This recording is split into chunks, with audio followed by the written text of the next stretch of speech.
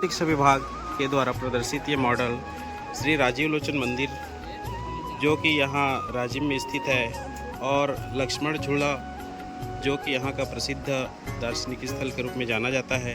साथ ही आदिकाल से चले आ रहे बाबा भोलेनाथ की जो मंदिर है कुलेश्वर महादेव के नाम से जाना जाता है। इनको बनाने के लिए ये पूरे जो बच्चे हैं इन्होंने बहुत ही भरसक मेहनत किया है। साथ में उनकी जो शिक्षिका हैं वो भी बहुत ही मेहनत किए हैं। तो आइए जानते हैं इसके बारे में। नमस्कार, मेरा नाम समीक्षा गायकवाड़ है। मैं तेजस राजीव में केमिस्ट्री की व्याख्याता हूँ।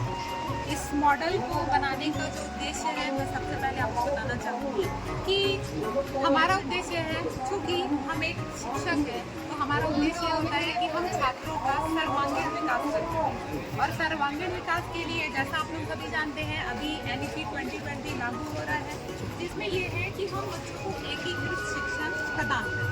तो इस मॉडल से एकीकृत शिक्षण ये है कि इसके ज़रिए चूँकि ये भगवान राजीव लोचन मंदिर, भगवान श्री कुलेश्वर नाथ मंदिर और लक्ष्मण झूला इसका मॉडल है, तो हम अपनी संस्कृति के बारे में यहाँ प्रस्तुतिकरण दे रहे हैं। साथ में आप ये देख रहे हैं कि यहाँ पर हमने छत्तीसगढ़ में पाए जाने वाले 108 प्रकार के अनाजों को चिपकाकर बनाया है।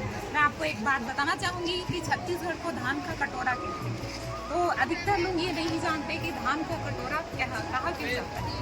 सभी ये समझते हैं कि छत्तीसगढ़ में सबसे ज़्यादा धान उत्पादन होता है, जबकि ऐसा नहीं है। पश्चिम बंगाल प्रथम स्थान पर आता है। तो छत्तीसगढ़ को धान का कटोरा कहने के पीछे कारण ये है कि यहाँ पर 23,000 किस्म के धान की जो धान है वो पाए जाते हैं। तो हमने इसी एक जो बड़ा उद्देश्य है उन्हें हमने छोटे रूप में यहाँ प्रस्तुत किया। तो यहाँ पर हमने बच्चों के साथ मिलकर दलहन, तिलहन और धान के जितने प्रकार हैं उनको मिलकर ये मॉडल बनाया है। इस मॉडल को बनाने से पहले चूँकि मैंने शुरुआत में कहा था कि एकीकृत शिक्षण, अर्थात एकीकृत शिक्षण का मतलब ये होता है कि हम बच्चों को केवल एक सब्जेक्ट तक ही ना सीमित रखें।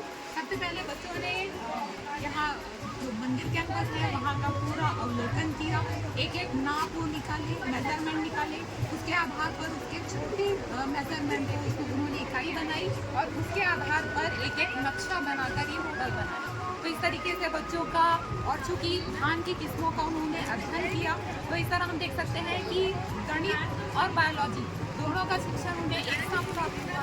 साथ ही साथ वो अपनी संस्कृति को भी जान पाए।